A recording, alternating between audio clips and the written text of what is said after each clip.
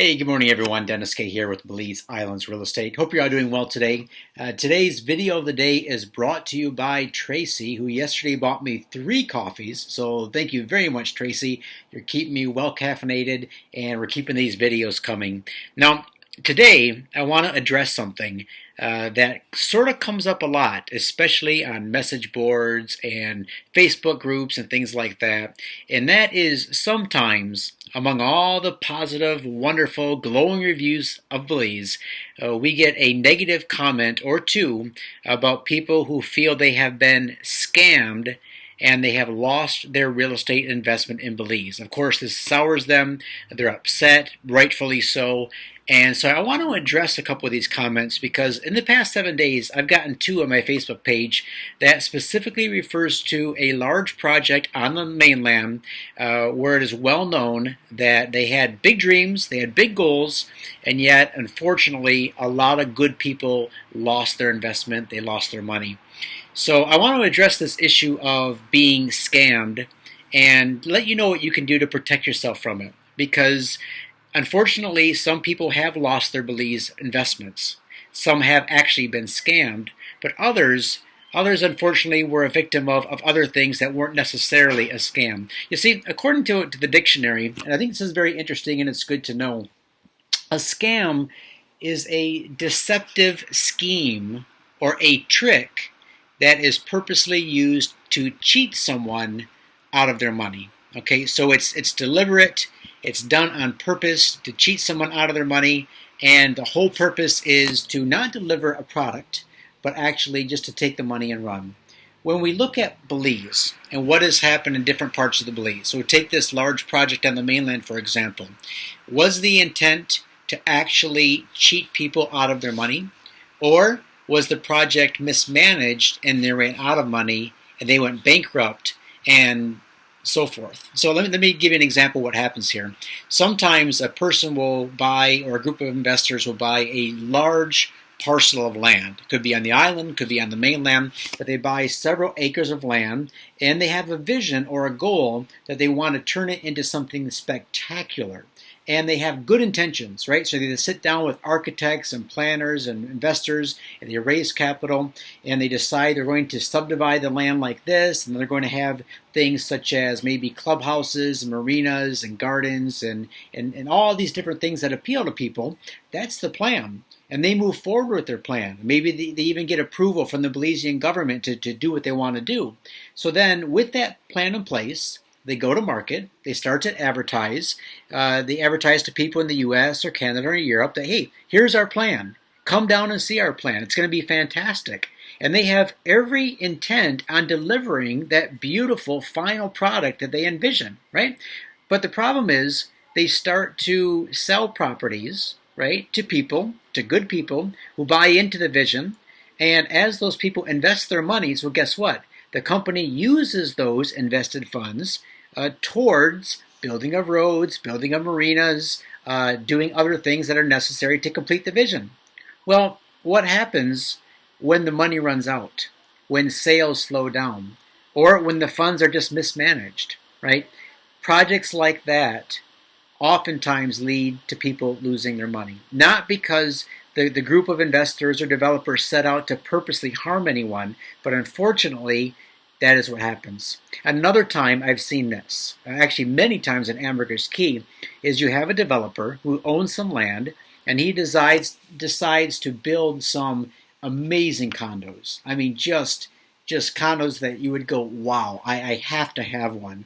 And the plans look good and the site looks good. And so what he does is he starts selling pre-sales, right? So maybe he's building 20 condos on a project. Well, as soon as he makes his 5th or 6th sale, he feels comfortable enough to move forward with the project. So footings go in, concrete's being poured, blocks are going up, everything's going fantastic. Makes that 6th sale, 7th sale, but as those sales are being made, the funds from those sales are being used to fund the project. Well, what happens now if sales stall? What if that 8th or 9th sale doesn't take place, right? What if the 10th sale doesn't come? Now where's the money to continue building, right? Or worse, what happens when something like the crash of 2008 hits, or that market for expensive condos dries up? Or what happens now in COVID-19 to all the projects on Ambergris Caye that were selling and using pre-sales to build? Okay, those people are going to be on hold for a while. Now, hopefully, the project is solid enough where once we open back up, people will come down again. The developer will continue to sell at the rate that he needs to in order to finish the project, and everybody will get their final condo, and they'll be able to enjoy it and be happy, and they won't lose their money. Okay, but what happens if that doesn't take place? Right now, you can take a golf cart on Ambergris Caye and you can drive along and you can see half-finished buildings, half-finished homes, half-finished condo buildings. The reason for that is when tough times hits and the developer wasn't fully funded, capitalized, he's undercapitalized, then when something happens, it doesn't even have to be something big like COVID-19 or 2008. It can be something as simple as, the cost to build are more than he had thought. And now all of a sudden he's like, well, what do I do now? He goes, I have these condos half built. I'm trying to sell these others, but now I need to get so much more for them in order to finish the project because I just mismanaged the funds, or I just didn't realize there was some unknown cost. So what happens is when those people lose their investments, they go on message boards, they go on Facebook, and they say, I've been scammed.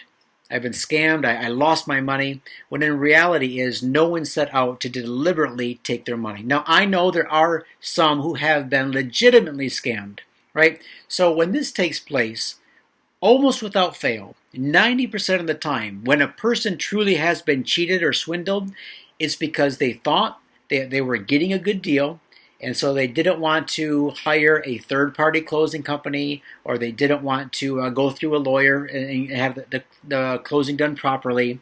What they wanted to do is sort of sidestep the whole real estate purchasing process, go to somebody who's promised them a good deal, somebody that says, look, I don't have my title yet, but if you give me half down, I'll get it from the lands department, and then I'll turn it over to you and you pay me the rest of the funds. I have seen people lose money, myself included, in this. Okay, myself included, tens of thousands of dollars, where I thought, man, this is a fantastic deal. I'm picking this up today. Here's my check. You get me title when it comes in. Well, guess what? The title never came in. All right, so that taught me a lesson, and that is what the purpose of this video is to all of my clients looking at property in Belize. Here's the deal. When you go to buy property in Belize, make sure that whatever you're buying has free and clear title, land certificate. Do not buy anything that has not been titled. Okay, don't buy into a vision or a dream of a project that is not almost complete or just complete. Let's say 100%. Right? Buy into something that's 100% complete.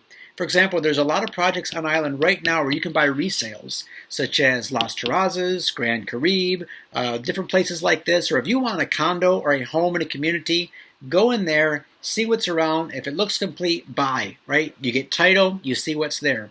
Be careful of somebody selling off plans with promises that this, and this is going to take place, or this amenity or this service is going to be there, because nothing is guaranteed. All right, so make sure it has title. Be very careful buying pre-construction. And it's one of the reasons I like buying vacant land and developing the land myself, because there's nothing you can lose on that. If you have title in your hand, all right, that's your property, right? So that's yours. You can build on that. Nobody's going to take that away from you. Now, where you need to be careful, though, is if you're buying into a subdivision or a community that also has made promises. All right. So, for example, and there aren't too many of these in Belize, but if you, let's say a developer is selling vacant land and he's promising that, oh, in the future, I'm going to have the clubhouse here and you're going to have this over here to use as a community and this and that. Well, you know what? What happens if that stuff doesn't come to fruition? What happens if he, just for some reason, isn't able to make those things happen? Maybe something out of his control. So what I tell people is buy your own piece of land in a nice area that you think you would enjoy living, all right? It's a single piece, and then do with it what you want, all right? You have complete control over that, and you're not dependent on somebody's future promises, or if this works out, or if this doesn't work out, all All right, so I guess that's my little rant for today because I know some of you have posted on some of my feeds and my socials that today I've been scammed, and you know what? I'm truly sorry for that. I am, because that should have never happened. And I myself have lost money in Belize. I lost money because I didn't do enough due diligence. I trusted what they were telling me, right? I bought into the vision because I wanted the vision to be true, right? I wanted to see what they were proposing become a reality. I could see myself in there. So I bought on emotion, right? I've learned from that. Don't buy on emotion. Buy on the facts. Deal with facts. Where's the property? Is it titled?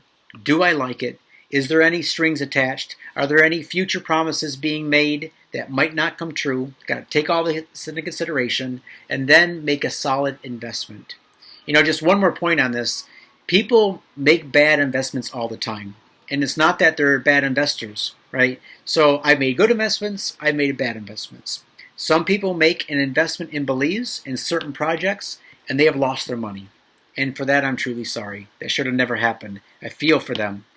But at the same time, some people make good investments in Belize and do very well. What's the difference? The difference is who you work with, all right? You need to work with somebody reputable. And I'll give you an example of that. Right now, there are projects in Belize that I refuse to get involved in.